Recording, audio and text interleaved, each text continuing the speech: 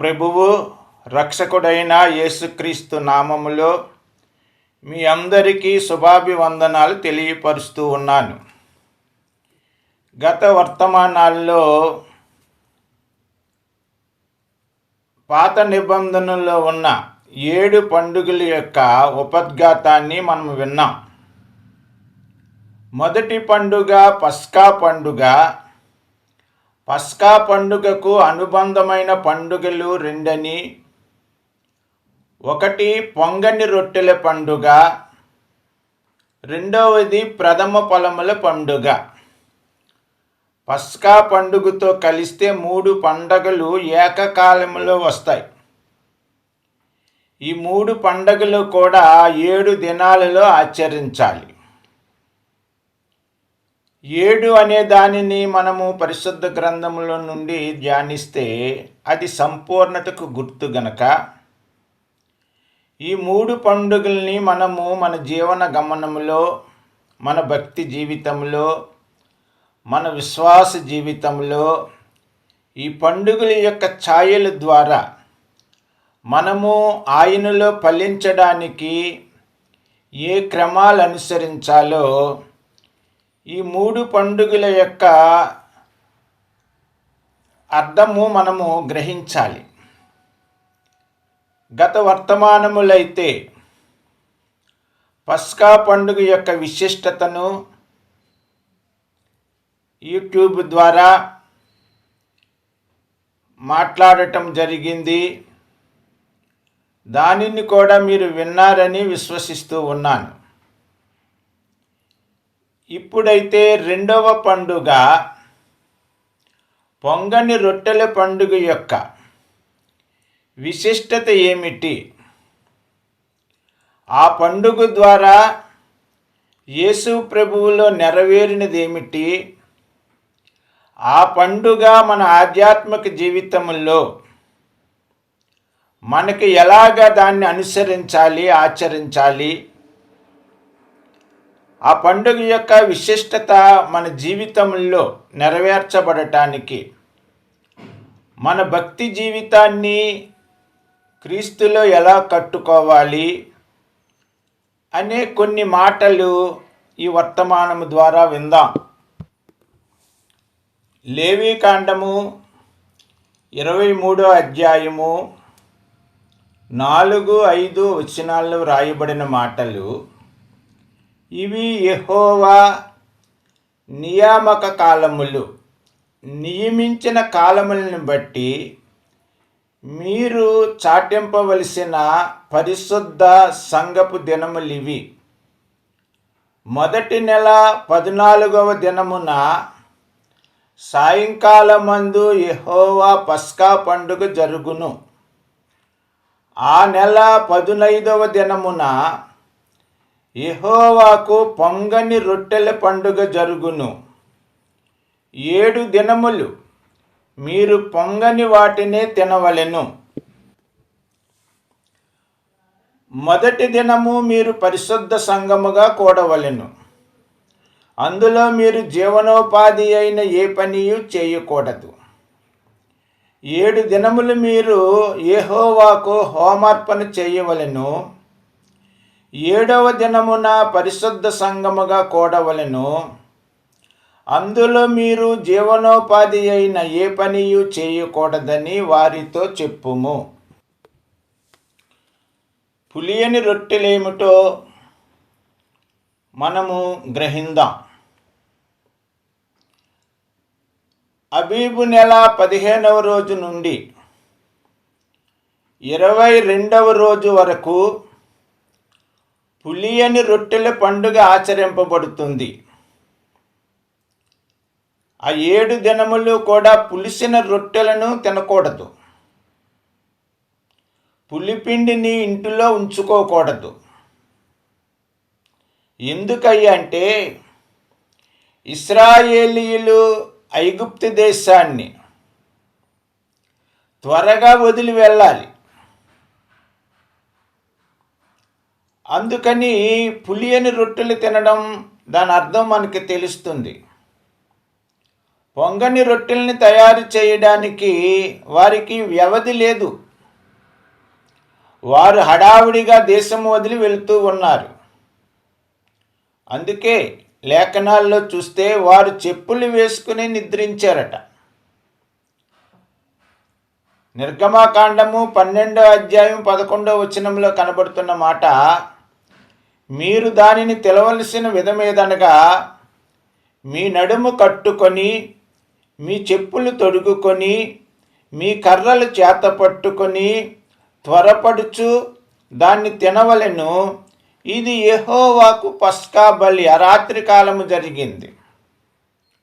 అందుకే అర్ధరాత్రి ఇశ్రాయేలీయులు విడుదలయ్యారు. స్త్రీలు పిండి పిసికే తొట్టిలో ఉన్న ఆ పులియని పిండి ముద్దను మూట కట్టుకున్నారు. ఇశ్రాయేలీయులు త్వరపడి దేశం వదిలి వెళ్ళారు. ఐగుప్తు నుండి బయలుదేరి ఎర్ర సముద్రము మధ్యగా అరణ్యములోకి చేసిన అద్భుత ప్రయాణాల్లో వారికి ముఖ్య ఆహారం ఇదే. ఎర్ర సముద్రం యొక్క అనుభవం ఏమిటో కూడా మనము గ్రహిందాం. పిండి చెడిపోకుండా ఉండడానికి పులయబెట్టే పదార్థం లేకుండా పిండి కలపాలని దేవుడు ముందుగానే వారిని హెచ్చరించాడు.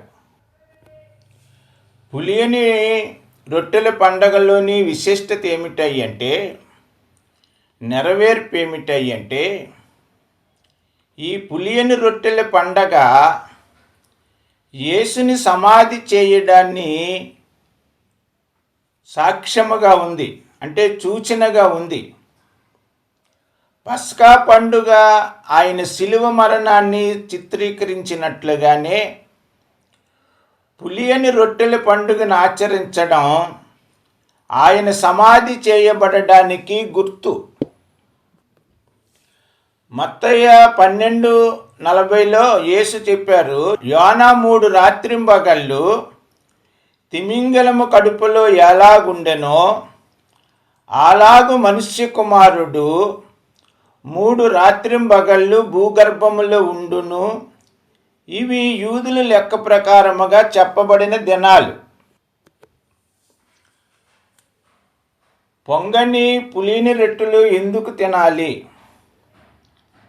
పులియని రొట్టెల పండుగ యొక్క స్పష్టమైన చారిత్రకమైన కారణం ఏమిటంటే, ఇశ్రాయేలీయులు పులియని రొట్టెలను మాత్రమే తినాలనే ఆజ్ఞ ఏమిటని క్రొత్త నిబంధనలో మనము చూస్తే,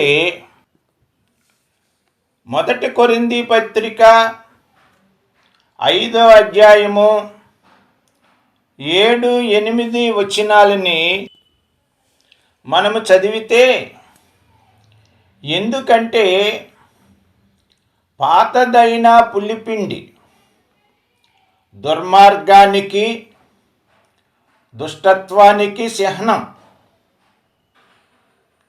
మీరు పులిపిండి లేనివారు గనుక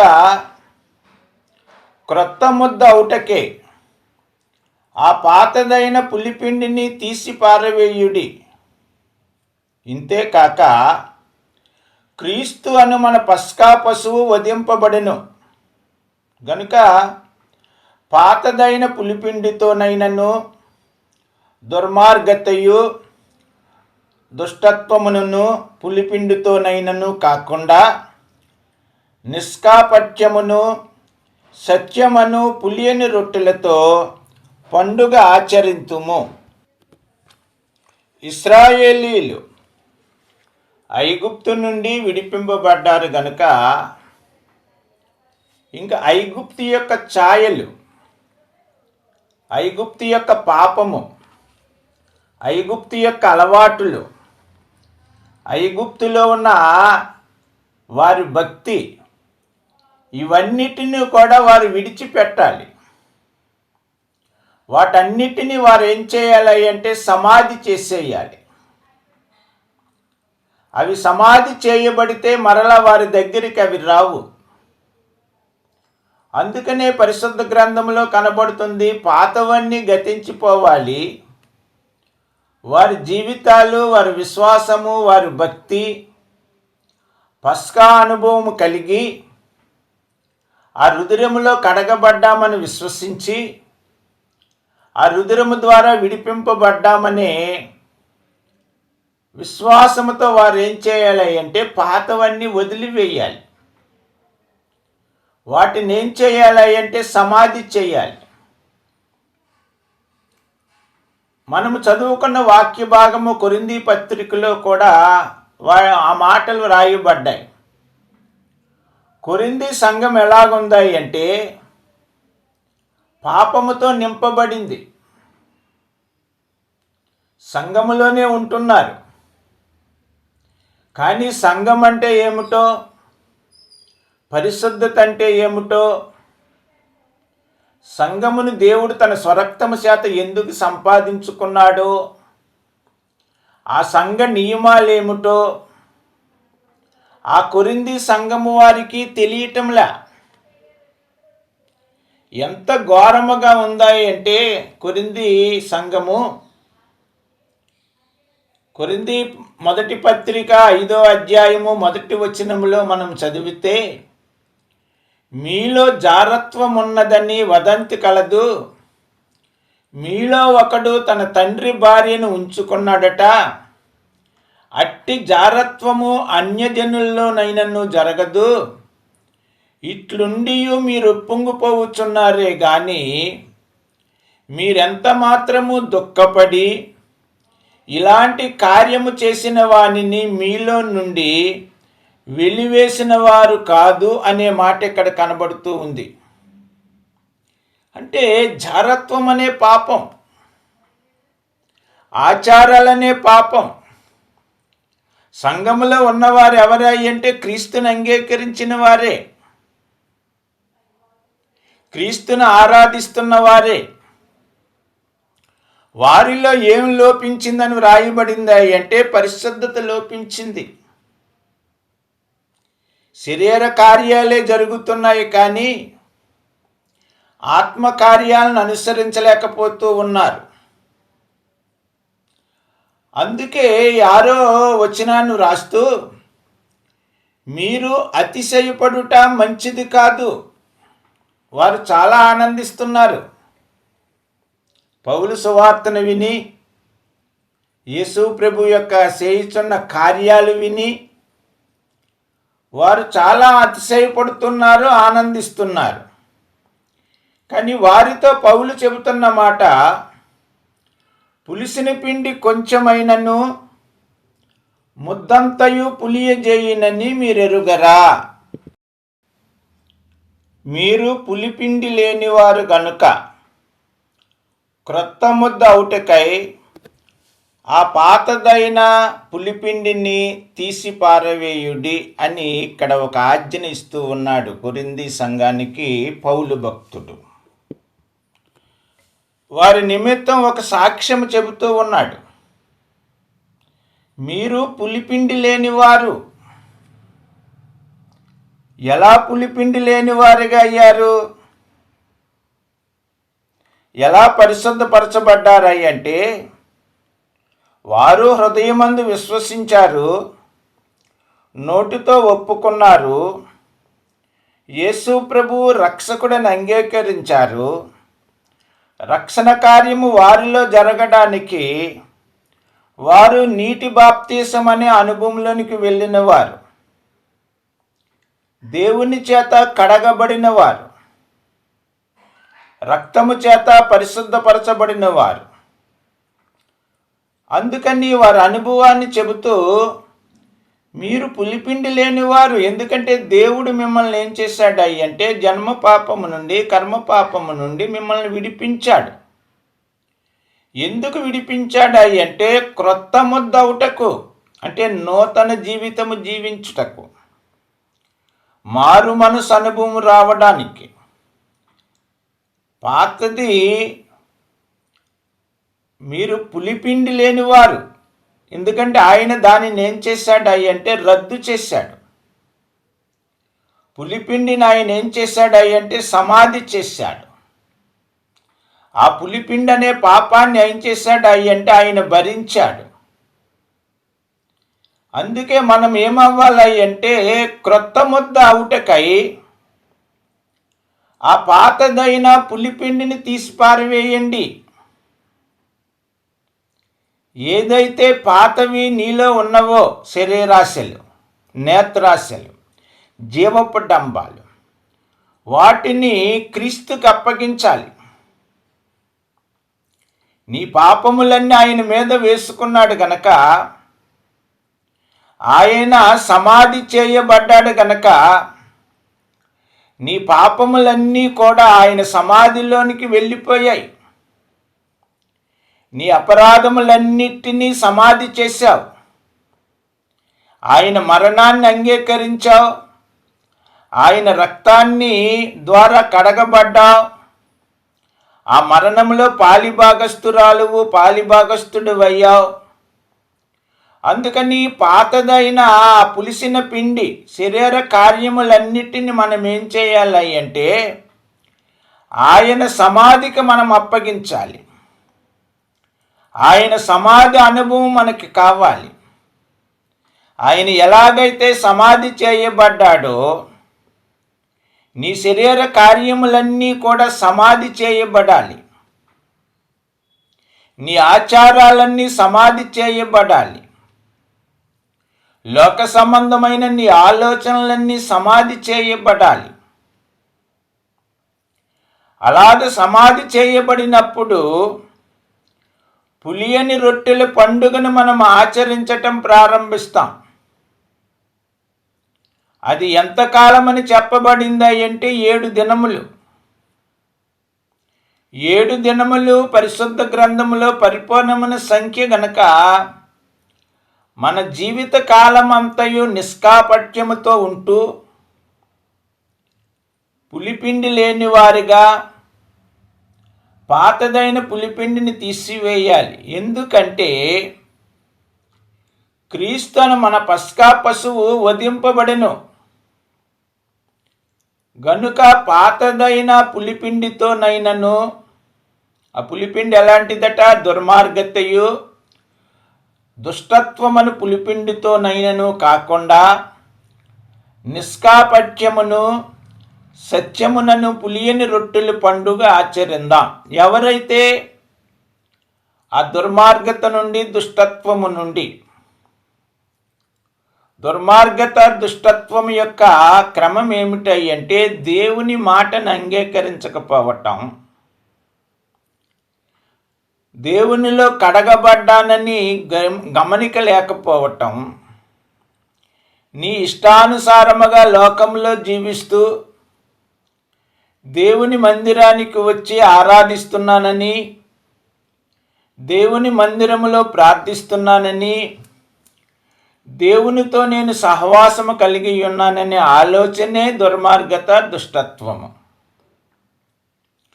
అందుకని నిష్కాపట్యమును సత్యమును అనగా వాక్యమును మనం అనుసరించి నడిచినట్లయితే పులియని రొట్టెతో పండుగ మనం ఆచరించిన అనుభవంలోనికి వెళతాం. ఆ పొంగని రొట్టెల పండుగ మన ఆధ్యాత్మిక జీవితంలో దీవెనకరముగా మారుతుంది. మత్తయి సువార్త 1వ అధ్యాయము 21వ వచనంలో తన ప్రజలను వారి పాపముల నుండి ఆయనే రక్షించిన గనుక ఆయనకు యేసు అని పేరు పెట్టుదువని ప్రభువు దూత చెప్పింది. అంటే ఆయన మన పాపాల నుండి మనల్ని రక్షిస్తాడు. మన జీవితాల నుండి దుర్మార్గాన్ని, దుష్టత్వాన్ని వదిలించుకోవటమే ఈ పండుగలో వ్యక్తిగతముగా మనకు అన్వయించే దశ. మన పాపాలు ప్రాయశ్చిత్తాన్ని యేసు నెరవేర్చడాన్ని పస్కా తెలియజేస్తున్నది. పాపపు అలవాటును యేసు పరిష్కరించడాన్ని పులియని రొట్టెల పండుగ మనకు తెలియజేస్తుంది. కడగబడిన మనం క్రీస్తుతో పాటు మరణించామని, పాపము విషయంలో మరణించామని, దేవుని ఎడల సజీవులమయ్యామని ఎప్పుడూ కూడా గుర్తుంచుకోవాలి. ఆయనలో ఎలా ఫలించటం ప్రారంభించాలి. దేవుడు బయలుపరిచిన ఈ సత్యాన్ని, అనగా పాతవన్నీ ఆయన సిలువలో భరించాడనే సత్యాన్ని మనం గ్రహించి విశ్వసించినప్పుడు ఆ విశ్వాసం ఏమవుతుంది అంటే క్రియారూపము దాలుస్తుంది. పౌలు భక్తుడు 2వ కొరింథీ పత్రిక 7వ అధ్యాయము 1వ వచనములో అంటున్నాడు, ప్రియులారా, మనకు ఈ వాగ్దానములు ఉన్నవి గనుక దేవునికి భయముతో పరిశుద్ధతను సంపూర్తి చేసుకొనుచు శరీరమునకును ఆత్మకును కలిగిన సమస్త కల్మషము నుండి మనలను మనము పవిత్రులుగా చేసుకొందుమనే మాట ఒక పిలుపు పౌలు భక్తుడు కొరింథీ సంఘానికి చెబుతూ ఉన్నాడు. ఒక నూతన జీవన సరళి మనం అలవాటు చేసుకోవాలి. పరిశుద్ధత మనలో పరిపూర్ణము కావాలి. మోషే ధర్మశాస్త్ర ప్రకారం జీవితాన్ని గడపడానికై వెనక్కు మళ్ళడం కాదు, మన తండ్రి అయిన దేవుడు రక్షకుడైన యేసు ద్వారా ఏర్పాటు చేయబడిన నూతన జీవిత విధానాన్ని పొందటమే. దేవునికి పాపము పట్ల చాలా అసహ్యం, నీతి పట్ల చాలా ప్రేమ. ఆయన ప్రమాణాలు అవే. ఆ ప్రమాణాలనే మనము పెంపొందించుకున్నప్పుడు మాత్రమే మనలో పరిపూర్ణత సంపూర్ణమవుతుంది. మన రక్షణను గూర్చిన అతి విలువైన వాగ్దానాలు దేవుని ఉచిత కృపావరముగా మనకు లభిస్తాయి. అయితే మనం దైవ కృపను అడ్డు పెట్టుకొని పాపములో జీవించకుండా ముందుకు సాగిపోవాలి. అసూయ, ద్వేషాలనే పులిసిన పిండిని తీసి పారవేద్దాం.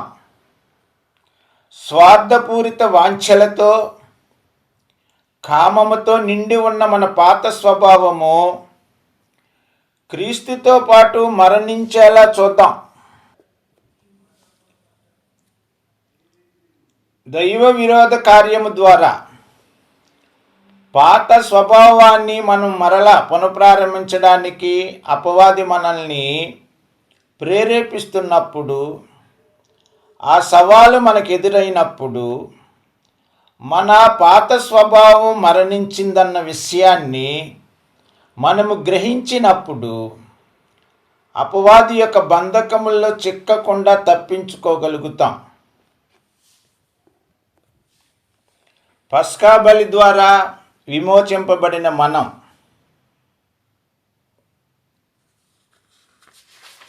పొంగని రొట్టెలు అనే పండుగ ద్వారా, ఆయన సమాధికి సాదృశ్యమైన పండుగ ద్వారా మన పాతవన్నీ మనము సమాధి చేద్దాం.